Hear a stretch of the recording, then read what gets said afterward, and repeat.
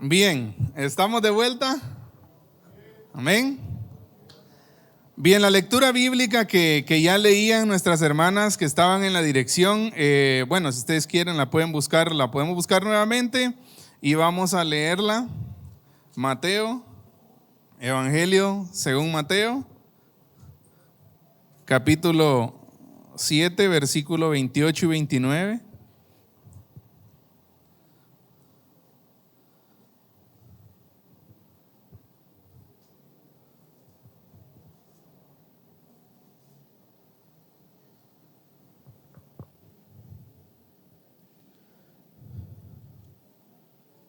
¿Lo tienen, hermanos?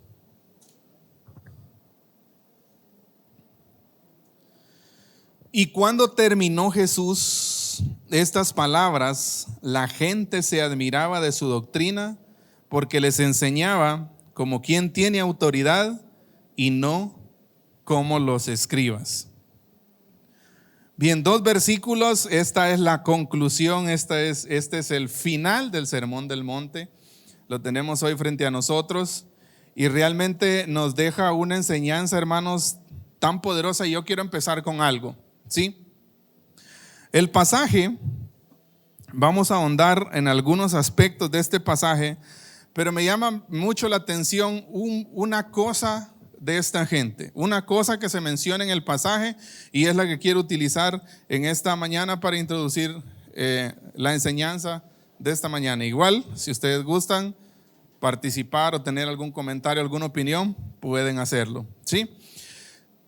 En el versículo 28 dice: y cuando terminó Jesús estas palabras. ¿De qué palabras está hablando aquí? Está hablando del sermón que acaba de terminar o del sermón que está terminando, ¿sí? O sea, del Sermón del Monte, capítulo 5, 6 y 7 de Mateo, ¿sí? Y cuando terminó Jesús estas palabras, dice: la gente, aquí en esto, esta es la intro del mensaje. La gente se admiraba de su doctrina, ¿sí?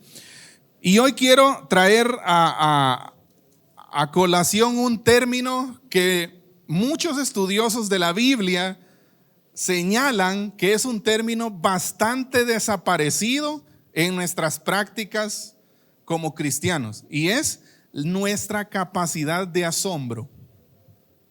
¿Han ustedes escuchado sobre la capacidad de asombro? Bueno, si no han escuchado, aquí lo están escuchando por primera vez. Capacidad de asombro. ¿Qué es capacidad de asombro? El asombro es como cuando usted se siente impactado, ¿no? Por algo, ¿sí? Una de las palabras dice que define mejor la acción o la sensación o lo que sintió esta multitud cuando termina de escuchar, bueno, durante y cuando termina de escuchar las palabras de Jesús, es estupefactos. O sea, se quedaron atónitos, se quedaron perplejos, con la boca abierta, ¿sí? O sea, se admiraban. No era una simple admiración, sino que era algo que ellos nunca habían visto, ¿sí? Nunca habían visto. Y por eso el tema que queremos compartir hoy con ustedes, sentado en estos versículos, es el autor y su autoridad. ¿Por qué? Porque dentro de la palabra autoridad que se le atribuye a Jesús en este pasaje está la palabra autor, ¿verdad? El autor y su autoridad. ¿Por qué? Porque Jesús ofreció ahí autenticidad. Y más adelante vamos a ver un poquito, miren, hermanos, a qué se referían cuando decían: no enseña como los escribas y fariseos. O sea, enseñaba diferente. Por eso era que tenía autoridad. Por eso era que tenía autoridad. No solo el mensaje, sino el maestro mismo, ¿sí? Y que eso es algo especial, miren, hermanos. El Sermón del Monte y el que predica el Sermón del Monte, en este caso Jesús, son indivisibles. No podemos separar a Jesús del Sermón del Monte o al Sermón del Monte de Jesús, porque es algo que no se puede hacer, porque están estrechamente ligados, porque es el único, Jesús es el único que puede cumplir a la perfección ese sermón. Yo no sé si ustedes lo han leído, pero cuando empezamos la serie dijimos, exhortamos varias veces a que usted pudiera tener un acercamiento al Sermón del Monte, a esos 3 capítulos de Mateo. Y sabe, hermano, hay muchas lecciones morales ahí, hay muchas lecciones éticas, hay muchas lecciones que podemos llevar al campo de la práctica, pero sabe, lo más importante en sí no es la enseñanza, sino el maestro mismo. ¿Por qué? Porque todo este círculo, todo el universo del sermón apunta, ¿saben hacia dónde? Hacia él, hacia el autor, hacia el disertador del mensaje, ¿sí? ¿Por qué? Porque porque muchas veces encontramos maestros que enseñan muy buenas cosas, que dan muy buenas lecciones, que dan muy buenas clases, pero que realmente muchas veces en la práctica nos quedamos cortos, ¿sí o no? Muchas veces en la práctica no hay un fundamento, ¿no?, que sostenga lo que hablamos muchas veces. Aquí es al contrario, aquí sermón y predicador están unidos de manera perfecta. ¿Sí? Unidos de manera perfecta, porque Jesús cumple a la perfección el sermón del monte. ¿Sí? Ahora, capacidad de asombro. El asombro, miren hermanos, es un estado de estupefacción, de consternación o de pasmo que nos confunde ante la presencia y observación de un fenómeno o evento que no es habitual o posible en la normalidad. Y aquí hay una pregunta para todos nosotros. ¿Cuándo fue la última vez que nosotros nos acercamos a la Biblia y nos asombramos? ¿Creen ustedes que la Biblia merece nuestro asombro? Pero ¿saben qué, hermanos? El pastor decía una frase en el primer grupo en la mañana: los santos lo hemos vuelto común. Nosotros mascamos una jerga evangélica, mascamos un lenguaje cristiano, una casaca evangélica, como decía hermano Marcelo, creo que decía esa frase, mascamos una casaca evangélica. O sea, para nosotros el escupir, el decir un Dios te bendiga, muchas veces lo decimos sin realmente saber qué estamos diciendo, ¿sabe usted? Muchas veces usted canta el himno que cantamos, ¿no? Cuán glorioso es el cambio operado en mi ser. ¿Ha usted experimentado ese cambio en su ser? Ese es el punto, miren hermanos. ¿Y saben qué? Anoche precisamente hablábamos con los jóvenes aquí. No nos gusta ser cuestionados en cuanto a esas cosas. Como seres humanos no nos gusta, ¿verdad? Pero ¿sabe qué? Vale la pena cuestionarnos. ¿Hemos experimentado de verdad? Jesucristo basta, cantamos. Hermanos, ¿nos basta Jesucristo? Es una pregunta seria y honesta. ¿Nos basta Jesucristo? Porque muchas veces decimos aquí el domingo, Jesucristo basta. Pero el lunes parece que no alcanza, hermanos. Parece que no basta el lunes. Parece que el domingo, parece que una vez que acabe el domingo, Jesucristo ya no basta. Jesucristo ya no es suficiente. ¿Por qué? Porque nuestras prioridades, nuestras intenciones son otras. Muchas veces el evangelio, como decíamos el domingo pasado, se acaba cuando usted sale del templo. Ese es el problema, miren hermanos. Ese es el problema. Hemos perdido nuestra capacidad de asombro. Ahora, ¿por qué deberíamos asombrarnos? Si el asombro es algo que pasa cuando nosotros presenciamos algo que no es normal, algo que podremos decir sobrenatural, ¿por qué la Biblia merece nuestro asombro? ¿Sabe por qué? Porque esto es sobrenatural. Lo que está en la palabra es sobrenatural. ¿Sí? Porque no es normal, miren, hermano, yo no sé si usted lo ve normal, pero no es normal que Dios se encarnara, que naciera en un pesebre, que muriera por nosotros. Eso no es normal, hermano. Eso no es normal. Pero ¿sabe cuál es nuestro error? Damos las cosas por supuestas. ¿Sí? Damos todo por supuesto. Incluso nuestra salvación la damos por sentada. ¿Sí? Y ahí caemos, miren hermanos, como iglesia en un conformismo. ¿sí? En un conformismo que a usted lo estanca, que a usted no lo deja crecer, ¿sí? Que a usted no lo deja que se acerque a la Biblia y que pueda obtener y que pueda acercarse con esa capacidad de asombro, ¿sí? Perdemos si no nos acercamos a la Biblia.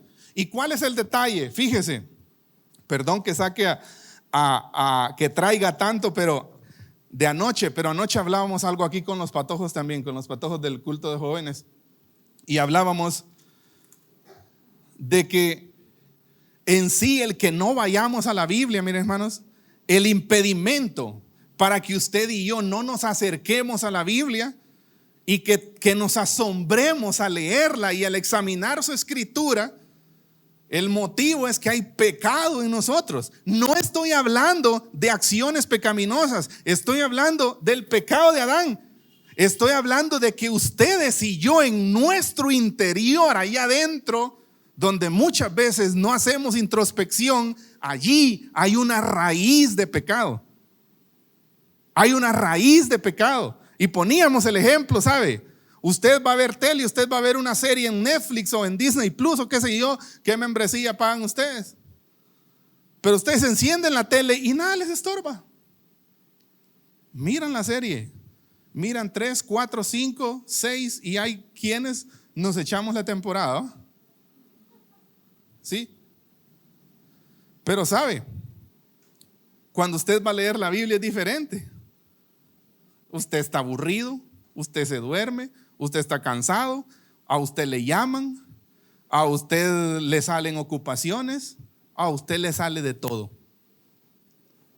Romanos capítulo 7, Pablo dice, ¿sí? Pablo, inspirado por el Espíritu Santo, dice: cuando quiero hacer el bien, miren hermanos, entonces hay algo que se subleva en mí. Es el pecado que mora en mí. Y saben, hermanos, que el Señor, les soy honesto, que el Señor nos ayude a ser conscientes de eso, del pecado que mora en nosotros. Mire pues, cada mañana, cada día, usted y yo necesitamos, hermanos, meditar sobre ese pecado que mora en nosotros, reflexionar sobre el mal que está en nosotros, ¿sí? Porque eso es, no estamos hablando de acciones pecaminosas, aunque todos las tenemos, ¿verdad? Pero dentro de usted hay una raíz de pecado. Y por eso dice Pablo, en uno de los últimos versículos del capítulo 7, miserable de mí, ¿quién me librará de este cuerpo de muerte? Doy gracias a Dios por Jesucristo. El único que nos puede librar es Jesucristo. Amén. El único que nos puede librar de eso es nuestro Señor. Ahora, todo predicador, miren hermanos, todos los que predicamos la palabra, anhelamos un resultado positivo a nuestro mensaje. Bueno, no es nuestro mensaje, es el mensaje del Señor. Pero todos anhelamos que haya un mensaje, una respuesta positiva hacia lo que se predica, cuando es la palabra del Señor. Sin embargo, miren hermanos, admirar un mensaje no basta. ¿Sí? Admirar un mensaje no basta. Porque es lo que está haciendo esta gente. Se admiraban de su doctrina, dice. ¿Quién sabe cuántos cientos de personas estaban escuchando a Jesús ahí? ¿Sí? Se admiraban de su doctrina, pero es necesario que de la admiración pasemos a la práctica. ¿Sí? Porque si no, un buen mensaje, mi hermano, se queda allí en un buen mensaje, ¿sí? Y hay excelentes mensajes, ¿no? Pero ¿sabe qué? Por eso lo hemos dicho una y otra vez. Antes de felicitar al predicador por un buen mensaje que se dio, vamos y practiquémoslo, que es en realidad lo que necesitamos. Amén. Practicar la palabra. Llevarla a nuestra vida diaria, miren hermanos, ¿por qué? Porque si bien es cierto, miren, la admiración es el fruto básico.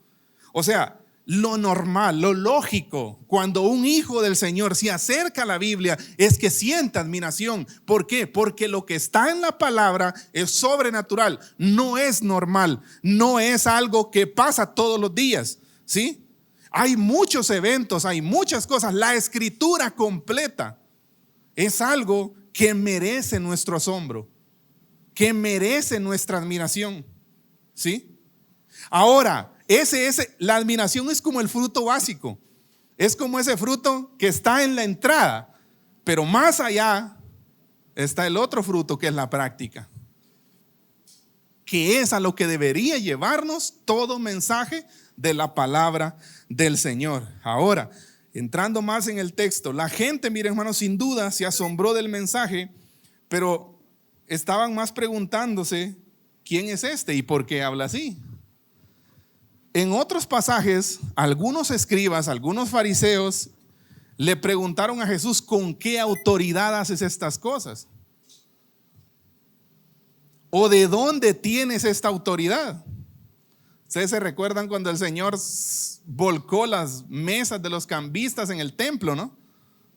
¿Con qué autoridad Jesús hizo eso? ¿Sí? ¿De dónde tenés esta autoridad? Ahora, aquí hay varias cosas. ¿Por qué la gente se estaba haciendo estas preguntas? Número uno, miren hermanos, y hay muchas referencias en los 3 capítulos. Jesús no vaciló en atribuirse la autoridad, ni titubeó en anular la enseñanza de los antiguos con la frase, pero yo os digo. No vaciló, no titubeó. Si ustedes vuelven a leer el capítulo 5, les va a quedar de tarea. Si ustedes vuelven a leer el capítulo 5, se van a dar cuenta. En ningún momento el Señor vacila, no titubea, no duda. Él solo dice, oíste que fue dicho, pero yo os digo. Automáticamente, miren hermanos, el traspaso no está cambiando la ley de Moisés, está interpretándola de la manera correcta, ¿sí? Está interpretándole el espíritu de la ley, se lo está dando a la gente, ¿sí? ¿Iba a hablar? ¿No? Pero entonces no titubeaba. Entonces por eso ellos se admiraban, o sea, se preguntaban de dónde, por qué, ¿sí? Pero también porque les enseñaba diferente de cómo hacían los escribas. Aquí vamos al punto que les mencionaba al principio. Si el pasaje dice que se admiraban de su doctrina porque les enseñaba como quien tiene autoridad y no como los escribas, pues la pregunta lógica es, ¿cómo enseñaban los escribas? Pues una respuesta fácil para eso es que la mayoría de ellos no sostenían en la práctica el mensaje que predicaban. Sin embargo, aquí en Jesús y el Sermón del Monte sí encontramos un match, miren hermanos, un match a la perfección. ¿Por qué? Porque este predicador es cumplidor de manera perfecta del sermón que está dando, ¿sí? Entonces, les enseñaba diferente. Además, dice, los escribas tenían sus enseñanzas y estaban basadas en citas de antepasados. O sea, citaban a los antiguos, no citaban a Moisés, citaban a quienes habían hecho en su momento una interpretación, valga la redundancia, errónea de la ley de Moisés. ¿Por qué? Porque Jesús viene y la interpreta de manera correcta. Entonces, oíste que fue dicho a los antiguos. ¿A qué antiguos? ¿A qué se refería? No se refería a Moisés en sí, sino se refería a escribas pasados que durante esos 400 años de silencio intertestamentario habían interpretado mal la ley, escribas y fariseos, y que así la habían expuesto al pueblo, ¿sí? Entonces Jesús viene y no vacila en sustituir esa enseñanza, ¿sí? La sustituye automáticamente. Entonces, estos escribas y fariseos también se regían por la letra, miren, y no había una enseñanza esencial que llegara al corazón con el espíritu de la ley, que es lo que sí vemos que Jesús aplica. Jesús va más allá de la letra, ¿sí? La ley decía no adulterarás y ellos lo consideraban, condenaban el acto físico de adulterar, ¿sí? El acto físico de matar, de quitarle la vida a alguien. Pero de ahí viene el Señor y va a las intenciones del corazón, al espíritu de la ley. ¿Por qué? Porque como lo decíamos aquí, cuando en su momento hablamos en el capítulo 5, el fin de la ley no era que se mataran unos a otros. No era que se mataran, sino que aprendieran a vivir en armonía. Pero los fariseos y escribas aquí habían hecho toda una política, miren hermanos, habían hecho toda una política para hacerse lado, para hacerse un hueco ahí en la ley, en donde ellos pudieran pecar y no fueran condenados. ¿Qué era lo que hacían? Pecaban y no eran condenados. Ahora, miren hermanos, piensen en esto por un momento. Jesús no citó, Jesús fue directo a la ley y anuló la interpretación de los escribas y fariseos. Ahora, hizo esto Jesús y no era fariseo.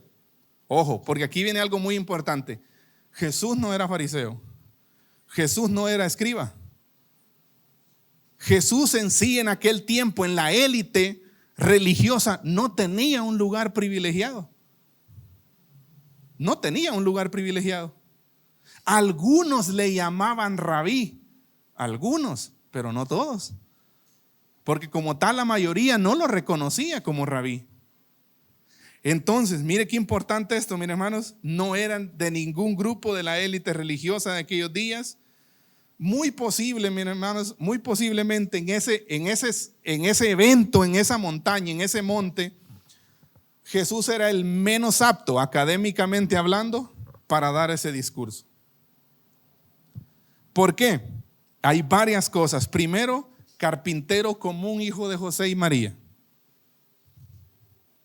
Una persona tan, miren hermanos, tan ordinaria como ustedes y como yo.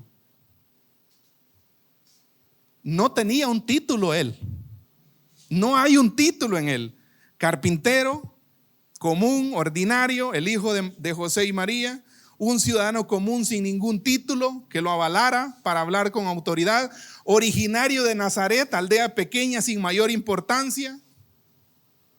No estaban en el templo ni en una sinagoga, estaban en un monte, sentados en piedras, sentados en troncos. No estaban en donde se solían dar los discursos religiosos, que era el templo o la sinagoga. Estaban en el monte. Imagínense usted, hermano, yo fíjese que a veces trato de imaginarme cómo sería ese momento. Jesús en el monte, sentado, no sé si en una piedra, en un tronco, pero ahí estaba, miren hermano, disertando un mensaje que no tiene igual. Que no tiene igual. Sentado en una piedra, sentado en un tronco. Eso, miren hermanos, es asombro. Amén. Eso es para admirarnos ante Él, para admirarnos ante lo que Él es. ¿Por qué? Ahora bien, pasemos a la siguiente parte. ¿Por qué debemos practicar este sermón? ¿Por qué estamos llamados para practicar este sermón? ¿Qué es lo que hace que este sermón sea vital para la vida del ciudadano del reino? Primero, miren hermanos, lo que hace a este sermón único no es tanto su contenido, aunque el contenido es muy importante, pero no es tanto su contenido lo que lo hace único, sino quien lo diserta. ¿Sabe por qué? Y eso es algo que me impactó al estudiar el Sermón del Monte. Todo el sermón apunta a Cristo. Todo el sermón apunta a Él, ¿sí? Y ahorita lo vamos a ver. Jesús, miren hermanos, sin el sermón, o sea, Jesús sin Él, sin Jesús el sermón podría perder algún tipo de autoridad. Porque cualquiera puede dar un buen discurso de reglamentos éticos y morales. Pero sabe, aquí nos encontramos, como dije hace un momento, con un maestro, con un predicador que cumple a la perfección, que sostiene en la vida cotidiana y práctica lo que enseña. ¿Sí? Lo que enseña. Entonces, estamos frente a un evento único, miren hermanos, único. Y miren pues, tomando en cuenta que el maestro es infinitamente más importante que el sermón. Infinitamente más importante que el sermón. Jesús es mucho más importante y por eso el sermón en sí, fíjense hermanos, lo que busca es conducirnos a Él. Es encauzarlo a usted a Cristo, llevarlo a Cristo. Eso es lo que busca el Sermón del Monte, llevarnos a Él, volvernos a Él, ¿sí? Y constantemente él hizo referencias, miren hermanos, la seguridad con la que habló no dejó lugar a dudas en ninguna de sus afirmaciones. O sea, él habló con autoridad y eso era en parte también lo que a la gente le admiraba. Pero también, miren hermanos, lo que estamos hablando, el sermón apunta todo el tiempo al predicador o maestro que es Jesús. ¿Por qué? Porque además de las atribuciones de autoridad, nos encontramos con que este sermón es, ¿a usted le parece difícil la ley de Moisés cumplirla? ¿O algunos de los que están aquí han cumplido a cabalidad la ley de Moisés? Hay algunos que parece que sí, ¿va? No, hermanos. Es imposible para nosotros cumplir algo como la ley de Moisés. La ley fue dada como un espejo para que miráramos nuestro pecado. ¿Sí? Pero sabe, ahora vamos con el Sermón del Monte. El Sermón del Monte es infinitamente más imposible que la ley. Pero ¿y entonces por qué lo predicó? Pero ¿y entonces qué onda con el sermón? ¿Qué pasa con Jesús? ¿Por qué nos está enseñando de esta manera? Porque en sí, miren hermanos, el sermón, más allá de cumplir lo que aquí está, quiere guiarnos a Él porque Él es el único que puede cumplirlo. O sea, en Él es donde nosotros podemos cumplir el sermón del monte. O sea, esto es sobrenatural. ¿Sí? Llorar por nuestro pecado, las bienaventuranzas, pobreza de espíritu, llorar por nuestro pecado, tener hambre y sed de justicia, ser mansos, orar por quienes nos persiguen. Eso no es natural. Eso los hombres naturales no lo pueden cumplir. El hombre natural no puede entender esas cosas. ¿Por qué? Porque son sobrenaturales. Porque la gente común no puede cumplir este sermón. Y no es que seamos racistas, es la verdad, no puede cumplir este sermón. ¿Sí? Quienes están aptos, quienes están, escuche, capacitados para cumplir, para vivir el sermón del monte, es usted y soy yo, que nos llamamos hijos de Dios. Ahora pensemos, ¿cómo lo estamos haciendo? Miren hermanos, Jesús no enseña tanto entonces para que nosotros en nuestro esfuerzo podamos cumplir el sermón del monte, porque no lo vamos a cumplir. ¿Sí? Si para nosotros es imposible cumplir la ley de Moisés, pues es infinitamente imposible cumplir el sermón del monte. Entonces, lo que busca el sermón es llevarnos hacia alguien que sí cumplió el sermón, que sí vivió el sermón. ¿Quién fue ese alguien? Jesucristo mismo. ¿Sí? O sea, por eso en algún momento lo señalábamos durante la serie. El Señor, Dios, necesitaba a alguien perfecto. Para un sacrificio perfecto se necesitaba un cordero perfecto, una persona perfecta. Pero esa persona perfecta que pagara por nuestros pecados no era usted ni soy yo, porque no somos perfectos. Entonces Él toma nuestro lugar en la cruz. ¿Sí? Y por eso, ¿no? Recuerdo una frase que hemos dicho más de una vez acá. Dios trató a Jesús como si hubiera vivido nuestra vida, para tratarnos a nosotros como si hubiésemos vivido la vida de Jesús. Eso es lo que el sermón está buscando, guiarnos de vuelta a Cristo, miren hermanos, darnos cuenta de nuestra impotencia. ¿Sí? Darnos cuenta de que somos incapaces de cumplir. ¿Quién está aquí por cumplir, hermanos? Que es la famosa frase, ¿no? Es que yo no tanteo cumplir, dice la gente. ¿Quién está aquí por cumplir? ¿Cumplimos nosotros? ¿Sabe? Lo que se nos ha dado a nosotros no es justicia. Lo que se nos ha dado a nosotros es gracia, favor inmerecido. Si a usted y a mí nos fuera impartida justicia del cielo, estaríamos en el infierno ahorita mismo. Nada más y nada menos. Estaríamos en el infierno ahorita mismo, pero no recibimos, para la gloria y honra del Señor, no recibimos justicia de Él. Recibimos su gracia y su misericordia. Porque estando muertos, dicen, nuestros delitos y pecados, Él nos salvó. Él murió. Él murió por nosotros. Él se dio a sí mismo, se vació, para que nosotros podamos tener una salvación. Pero ese es el punto, miren hermanos, entender que el sermón todo el tiempo busca llevarnos a Jesús. Y en sí, miren hermanos, el propósito de toda la teología, el propósito de toda prédica que usted escuche, el propósito de la iglesia es guiar a la gente. ¿Hacia dónde? A Cristo. ¿Sí? No buscamos nada más.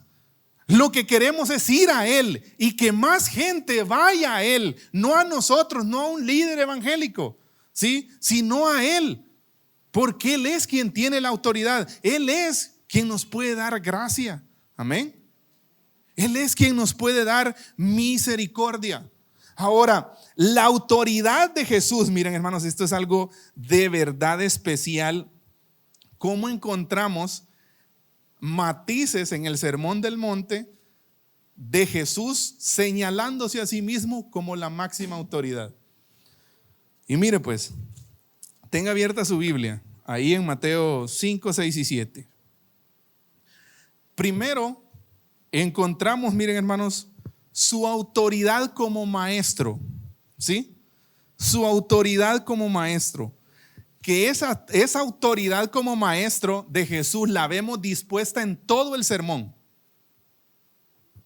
En todo el sermón. ¿De qué manera? Mire usted, enseñar con autoridad significa que aquel maestro sostenía su enseñanza con la práctica. Cuando lo escucharon, miren hermanos, los que estaban escuchando ese sermón no dudaron en compararlo. O sea, una de las primeras cosas que hicieron los que estaban ahí fue comparar a Jesús. Pero ¿sabe qué encontraron cuando lo compararon? Este enseña diferente. No enseña como los fariseos. No enseña como los escribas. Este tiene algo diferente. ¿Por qué? Porque automáticamente empezaron a compararlo, ¿sí? Y encontraron diferencias. Jesús era diferente. Jesús como maestro tenía autoridad y la deja dispuesta en todo el sermón. La deja ver en todo el sermón. Miren hermanos, encontraron que no era igual. Entonces Jesús durante todo el sermón del monte, durante estos 3 capítulos y durante todas sus disertaciones en el Nuevo Testamento, tiene autoridad como maestro. ¿Por qué? Porque enseña, pero también practica lo que enseña. Cumple lo que enseña. Él dice, yo no he venido para abrogar la ley de Moisés. Yo no penséis que he venido para violar la ley. ¿Para qué he venido? Dice, para cumplirla. Para eso he venido. Ahora, 5:11, versículo 5, capítulo 5 y versículo 11. Dice, miren,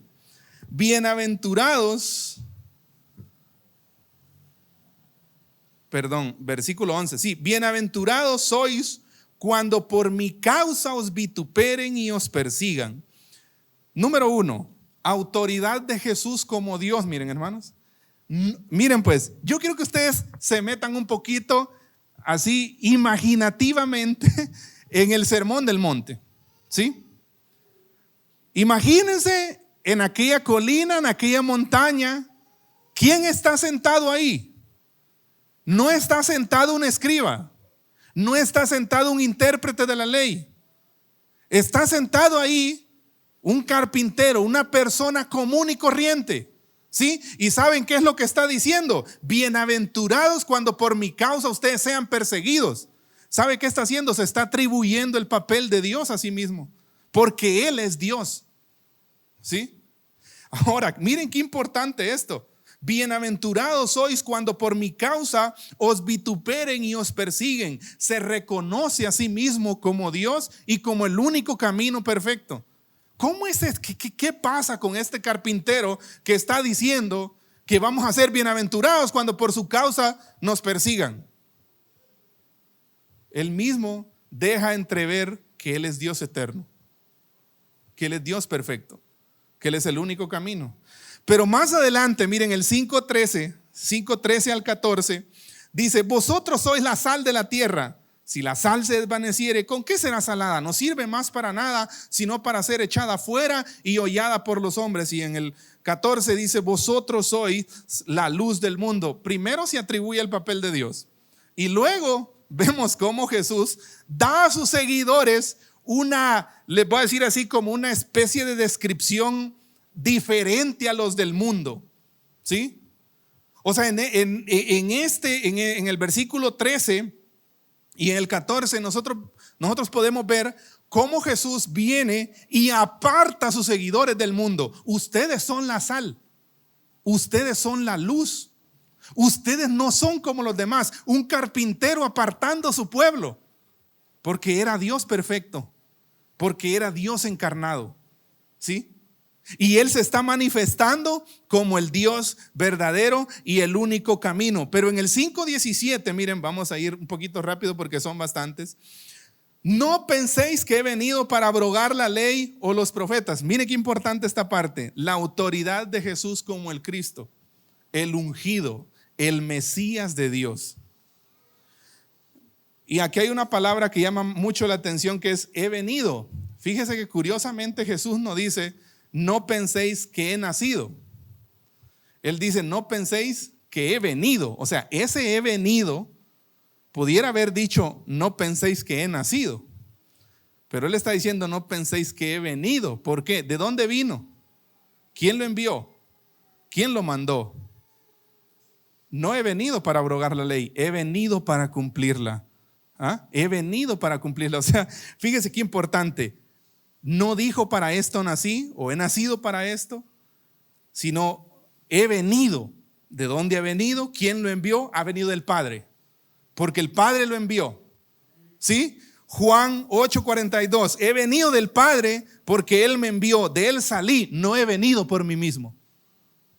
Sabemos cómo Él mismo se reconoce a sí mismo como el Mesías, como el ungido, como el Cristo, como el Salvador, ¿sí? Pero más adelante, miren hermanos, en el 5:22 encontramos la primera afirmación, podríamos decir, afirmación de Jesús, donde dice, bueno, el 21 dice: oísteis que fue dicho a los antiguos: no matarás, y cualquiera que matare será culpable de juicio. Y el 22 dice: pero yo os digo. ¿Sabe qué tipo de autoridad es esta? Legislador. Miren, pues, hermanos, y qué importante es esto de verdad. Jesús, Cristo, el muchacho que está allá dando el sermón del monte, de aproximadamente entre 30 y 33 años, no solamente interpreta la ley, Él la crea. Él crea la ley, ¿sí? Entonces dice: pero yo os digo, ¿sí? Él no solo interpreta la ley, la crea. Él no solo habla verdad, miren hermanos, Él determina lo que es verdad. Él determina lo que es verdad, ¿sí? La dispone para los hombres y la interpreta de manera magistral. Algunos, miren hermanos, escritores como Charles Spurgeon señalan que Jesús aquí habló con realeza, miren, como forjador de la ley. Se tomó el papel de legislar por y para el reino de Dios. ¿Por qué? Porque el discurso que estaba dando era para personas que son ciudadanos del reino. Entonces Él toma para sí el papel de legislar. Él no solo interpreta la ley, Él la crea, ¿sí? Él hizo la ley, ¿sí? Y Él la cumple de manera perfecta. Y en el 7:24 encontramos otra referencia que también es muy importante. 7:24 dice: cualquiera pues que me oye estas palabras y las hace, le compararé a un hombre prudente que edificó su casa sobre la roca. Jesús se atribuye aquí la autoridad, miren, como Señor. Y mire qué importante. Se entiende que alguien que era llamado Señor en ese tiempo era porque debía ser obedecido. En otras palabras, en Lucas nosotros encontramos: ¿por qué me llamáis Señor y no hacéis lo que yo os digo? ¿Por qué me llaman Señor? ¿Por qué? Porque en aquel tiempo se acostumbraba a llamar Señor a alguien que era digno de obediencia, a alguien que se debía obedecer, ¿sí? Ahora el Señor viene y para empezar la parábola de los dos cimientos, Él dice: cualquiera que me oye estas palabras y las hace, o sea, cualquiera que oye lo que yo estoy diciendo y lo pone en práctica y me obedece, Señor, Él es Señor. Amén. Él es nuestro Señor y nos da a conocer su autoridad como Señor, ¿sí?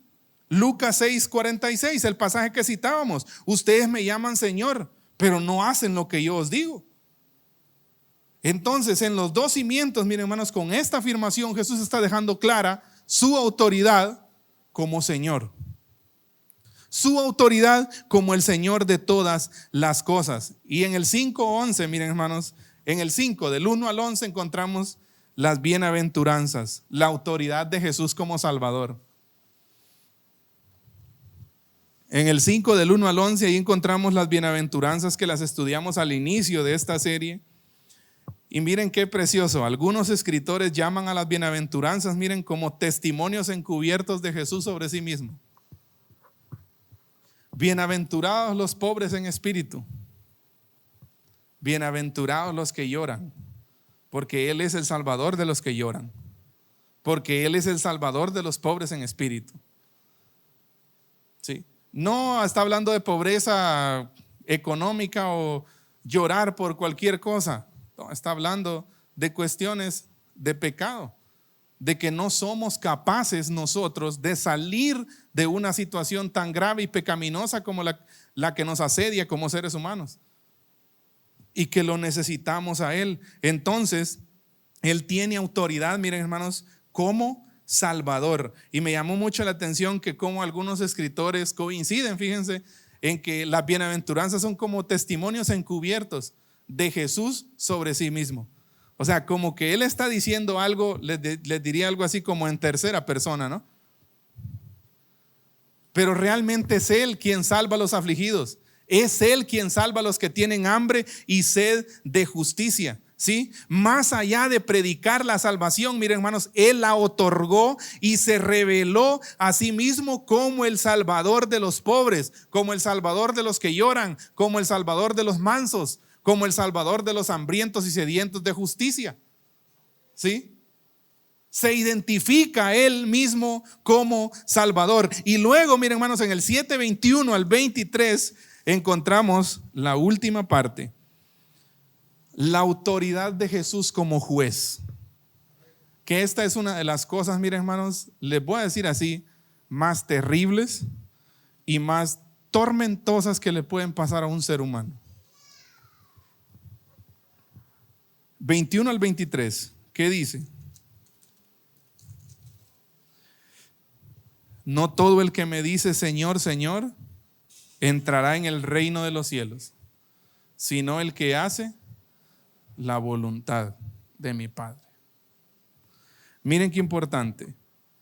En este modo Jesús mismo se atribuye la centralidad del juicio divino sobre la humanidad. Miren, pues, hermanos, yo no sé si a ustedes les causa asombro, pero a mí sí, fíjese. A mí me causa asombro pensar cómo un día el pecador que rechazó a aquel Jesús carpintero, ¿sí? Aquel Jesús que era una persona ordinaria, que se sentó en un tronco, en una piedra a enseñar, pero que un día esa persona que estuvo sentada en el monte lo va a juzgar, ¿sí? Lo va a juzgar y es quien determina si usted entra o no. Amén. Así es. Y qué pesado se escucha, ¿verdad? Pero sabe, es así. Es así. Y miren pues, la autoridad de Jesús como juez. Primero, Él será el juez que oye la evidencia y dicta la sentencia. Muchos me dirán, dice, Señor, Señor, no en tu nombre echamos fuera demonios. Aquí las obras no importan, miren hermanos. No importa qué hizo usted con el nombre de Jesús, importa su relación con Él, ¿sí? Importa qué relación tuvo usted con el Señor. ¿Por qué? Porque si nuestras obras importaran, pues ya no fuera salvación por fe, ¿verdad? Fuera salvación por obras. Pero sabe, Él será el juez. Él oye la evidencia, pero también dicta la sentencia. ¿Cuál es la evidencia? Muchos me dirán, dice, Señor, Señor, esa es la evidencia que están presentando. No en tu nombre echamos fuera demonios. No en tu nombre hicimos esto y aquello. Pero mire qué clave esto. Todos los acusados presentarán su causa delante de Él. Y miren, pues, hermanos, esto no es un juego. Esto se trata de la vida eterna de nosotros. Esto no es que si a usted le gusta una religión, que si a usted no le cuadra, que si con usted no encaja. No se trata de eso.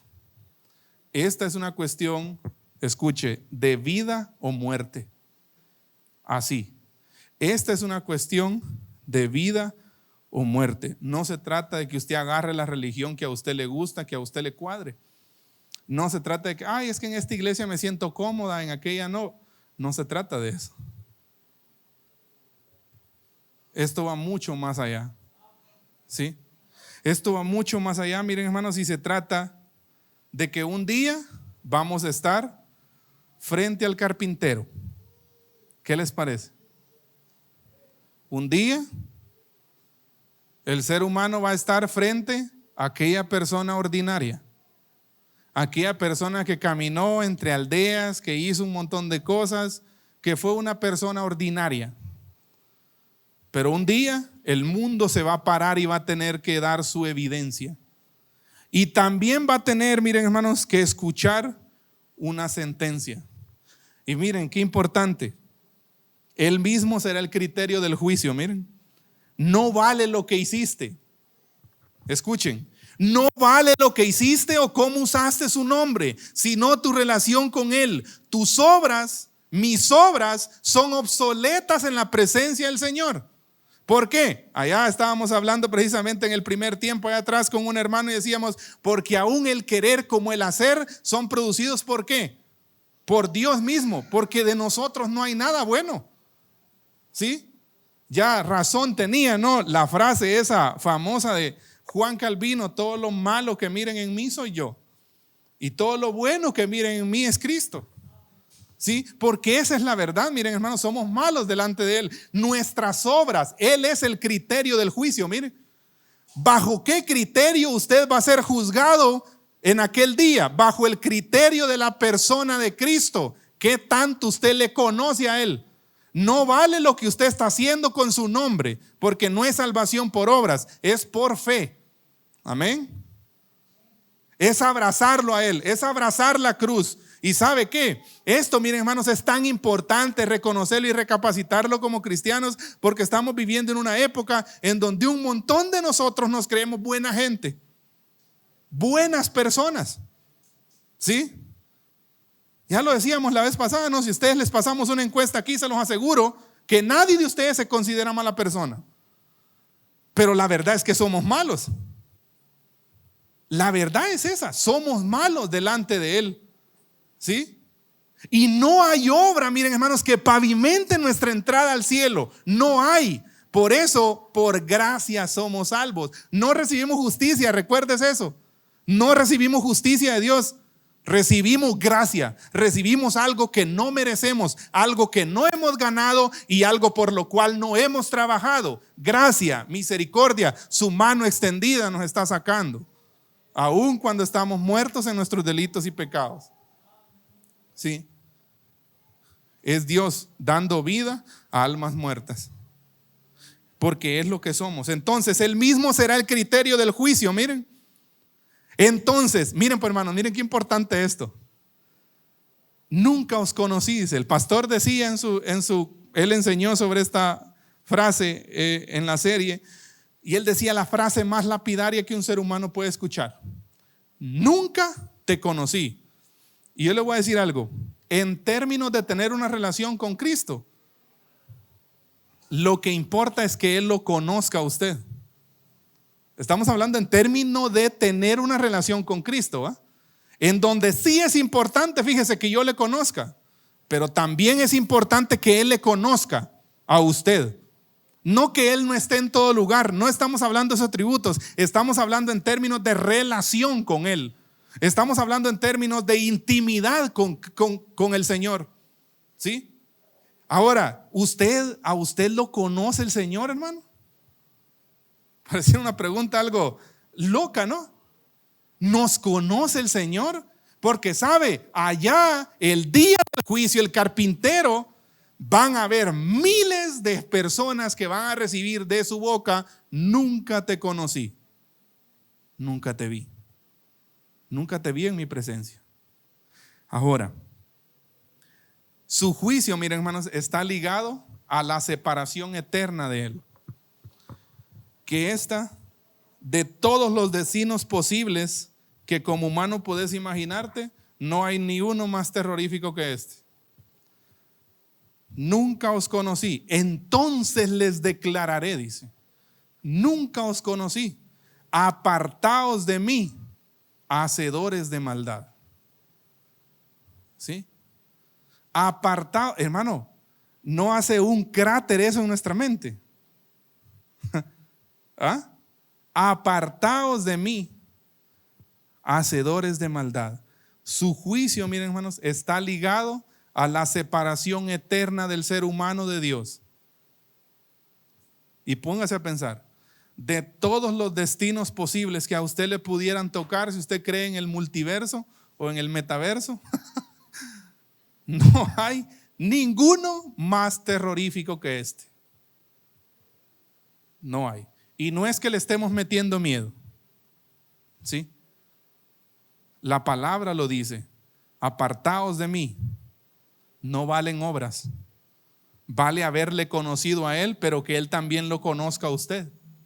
Amén. Para que ese día diga: sí te conozco, te vi en mi presencia. Pero si a usted no lo vio en su presencia, nunca te conocí, nunca te vi. Apartado de mí. Entonces, vamos a terminar de esta manera, miren hermanos. Nosotros podemos caer en el conformismo. Yo no sé qué hizo la serie del Sermón del Monte sobre usted, pero sí le digo que a mí me hizo más pecador, fíjese. Yo ahora soy más pecador que cuando empecé la serie del Sermón del Monte. No porque peque más, sino porque soy más consciente de mi pecado. ¿Sí? Soy más consciente de mi pecado. Y es por eso que a medida que usted más se acerca a la Biblia, miren hermanos, más conciencia de pecado tiene. Un alto estándar de Dios y un bajo estándar del pecado. ¿Sí? Eso es lo que necesitamos, miren hermanos. Necesitamos ir a la palabra. Necesitamos ir a ella. Necesitamos beber de ella. Necesitamos acercarnos a ella. Necesitamos salir, miren hermanos, de esa crisis de identidad que tenemos. ¿Por qué? Porque muchos de nosotros andamos, como alguien decía, hay un canto que dice: hay muchos muertos que andando van. Hay mucha gente, miren hermanos, aún dentro de nuestras iglesias, que van a tientas. ¿Sí entienden qué es a tientas, va? Bueno, entonces, van ¿qué? Como sonámbulos. Hermanos, es hora de actuar.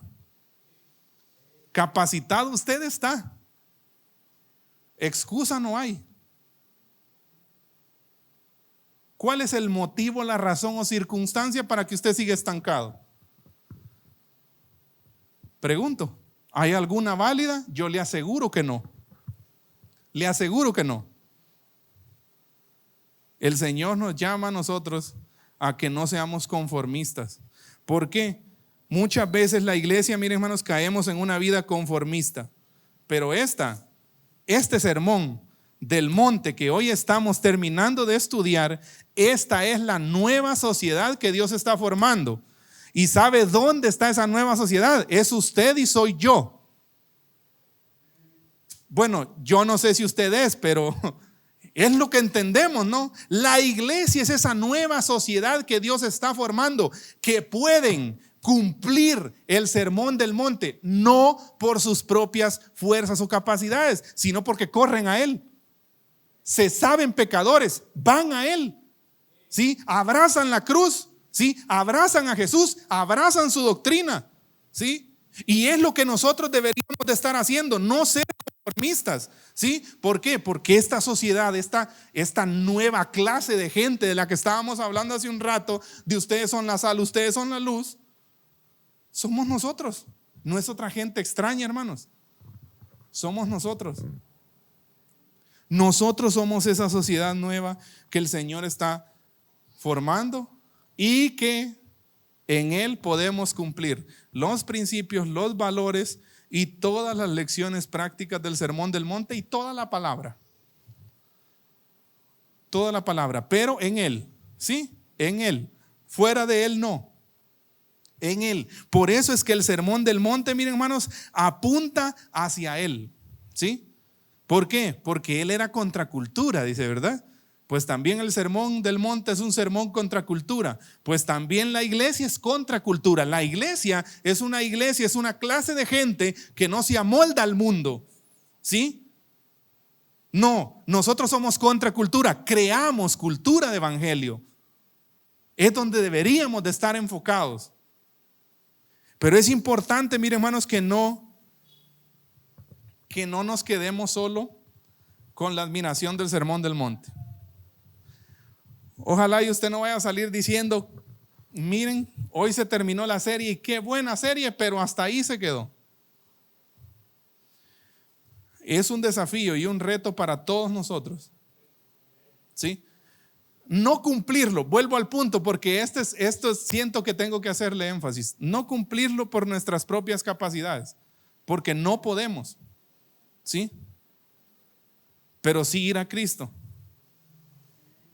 Yo no he venido, dice él, para abrogar la ley.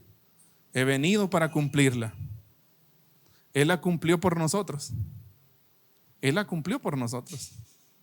Él murió por nosotros. Él se entregó por nosotros. ¿Cómo no, hermano, sentir asombro ante eso? ¿Siente usted asombro ante eso? Mire, si usted perdió su capacidad de asombro, porque esa familiaridad, miren hermanos, con el evangelio puede arruinar nuestra vida, le puedo decir así, que parece algo irónico, ¿verdad? Pero esa familiaridad con el evangelio puede arruinar nuestra vida, puede hacer que nosotros perdamos la capacidad de asombro que hablábamos al principio y ya veamos la Biblia como algo normal, algo básico, que, como dijimos la frase, ¿no?, que decía el pastor, lo santo se volvió común, lo santo se volvió normal y ya, ¿sí? No hay ese asombro, no hay sed, no hay ganas de ir a la Biblia, no hay esa determinación como hijos de Dios para ir a su palabra. ¿Iba a hablar, hermana? Disculpe. ¿Cómo? Reverencia, ¿sí? Diligencia, miren hermanos, diligencia. ¿Sabe? Hay muchísimas lecciones que yo aprendí del Sermón del Monte, pero hoy les quiero recordar una que tal vez ustedes la han de tener fresquita ahí en su mente. Las cosas no pasan mágicamente. Por sus frutos los conoceréis. ¿Se recuerdan? Por sus frutos los conoceréis. Las cosas, el crecimiento, su desarrollo como cristiano, como seguidor, como discípulo, como ciudadano del reino, su crecimiento no va a pasar mágicamente, hermano. Usted tiene que cavar hondo. Usted tiene que cavar, usted tiene que sudar. Usted tiene que transpirar. Porque de eso se trata. ¿Sabe? R.C. Sproul, que es un escritor con el cual hemos tenido contacto últimamente ahí mucho por sus escritos, él dice, la gente no se acerca a la Biblia, no porque la Biblia sea difícil de entender, sino porque estudiar la Biblia es un trabajo. Estudiar la Biblia es un trabajo. Entonces usted no se acerca muchas veces, es que no le entiendo. No, excusa barata. Usted no se acerca porque realmente es un trabajo. Tiempo, esfuerzo. quemar pestaña. Tenemos que meternos. No van a pasar mágicamente las cosas, hermanos. Gloria a Dios por su palabra. La verdad es que el sermón del monte, hermanos, ha sido una tremenda bendición para todos, para mí, y espero que también para ustedes. Se viene una serie igual de importante, igual de crucial para nuestro crecimiento como iglesia, así que no se las vamos a decir, ahí más adelante lo van a saber ustedes, pero es importante que como iglesia reconozcamos estos principios, miren hermanos, la necesidad de volver a Cristo constantemente y de recuperar esa capacidad de asombro que deberíamos tener nosotros todo el tiempo. Amén. Que el Señor les bendiga. Le voy a dejar el tiempo ya a nuestro hermano pastor.